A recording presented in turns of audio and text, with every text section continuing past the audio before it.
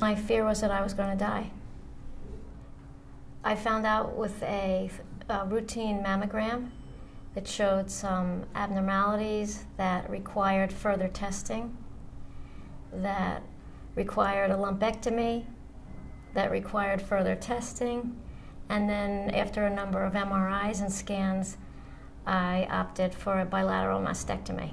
My first feeling was absolute terror, and that lasted until I came out of the anesthesia for the bilateral mastectomy. The terror I felt every year prior to the yearly mammogram, because I had a feeling that at some point it was going to happen for no real reason other than my aunt had breast cancer and my cousin. I later found out that's not that strong of a family history, but it was always a fear. Like some people are afraid of spiders. I found out the diagnosis of, the initial diagnosis isn't breast cancer. It's something they find through a mammogram some abnormalities that require further testing.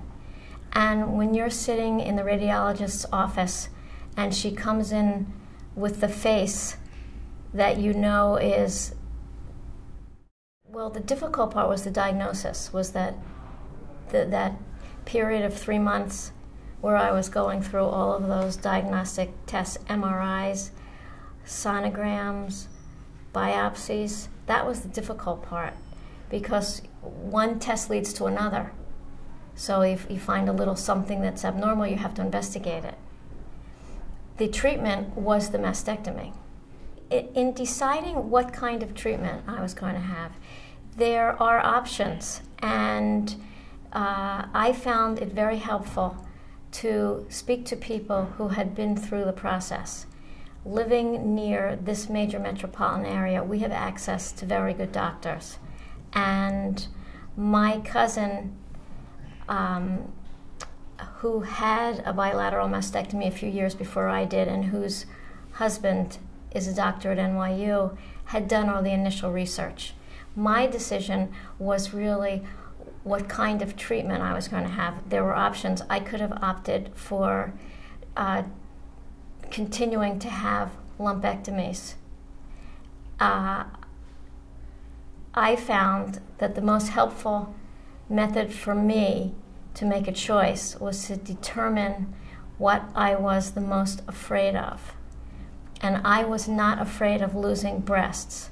I was afraid of, obviously, cancer spreading, but I was more afraid of living my life knowing that I would have to routinely go through the stress of mammograms, biopsies,